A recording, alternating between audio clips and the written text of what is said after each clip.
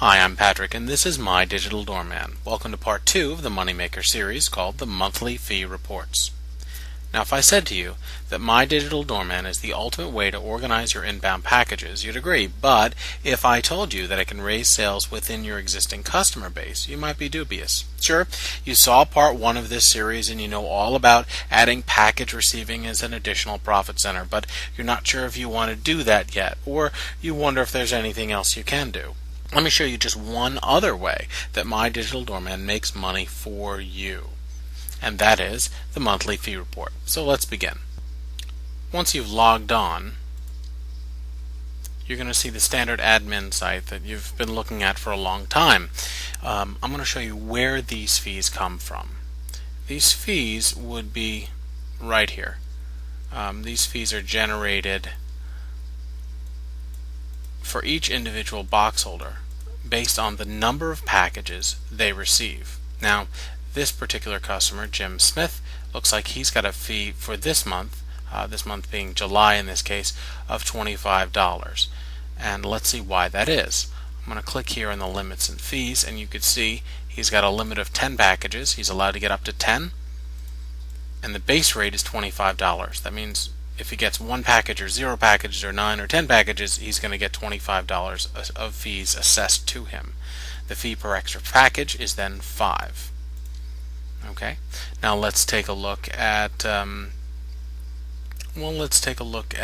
another box holder right here, Brian, for instance. He's not received any packages so far this month. 0 packages. He's allowed to get 20 and he's not gotten charged any money yet. Well, why no fees yet? Again, go to the limits and fees, take a look. He's allowed 20 packages for free. We don't charge him for the first 20, and after that he pays $5. Okay? So now we're going to go and take a look at last month's report, which is automatically generated and emailed out to the stores. Again, the information we're looking at right here on this screen is for July, because we're in July, but we did have a report that summarizes the entire month of June. This report will be emailed to you. This is the monthly fees report. You'll notice your store information will be on the upper left right now. It's the information from the training site, and also a list of box holders and package receiving customers that have incurred fees. If they've incurred no fees, they're not on this report. Now let me go ahead and blow some of this information up so you can get a better look at it. Take a look at John Smith, box 101. I'm going to blow it up here. You can see Deerfield Motors, that was John Smith. He got 29 packages. He was allowed 25. And because he was charged $5 for each additional box, he incurred fees of $20.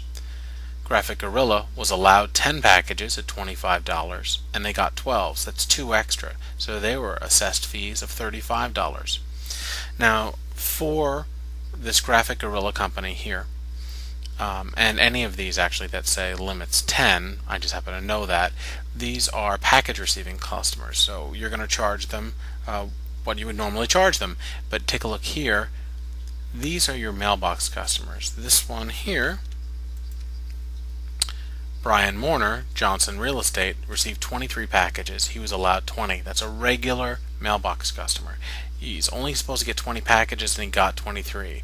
Now you can either assess him this $15 fee, which is the same thing here, by the way, with Deerfield Motors. Same thing. They got 4 extra packages, more than they're supposed to. You could either assess them these fees, $15 and $20, or you could tell them that you are a really nice guy and you're not going to assess these fees because you're really swell and you're looking out for his best interest. So instead of assessing these fees, which really add up over time, you're instead going to increase his service from a personal box to a business box, thus incurring a mere extra $10 or so a month.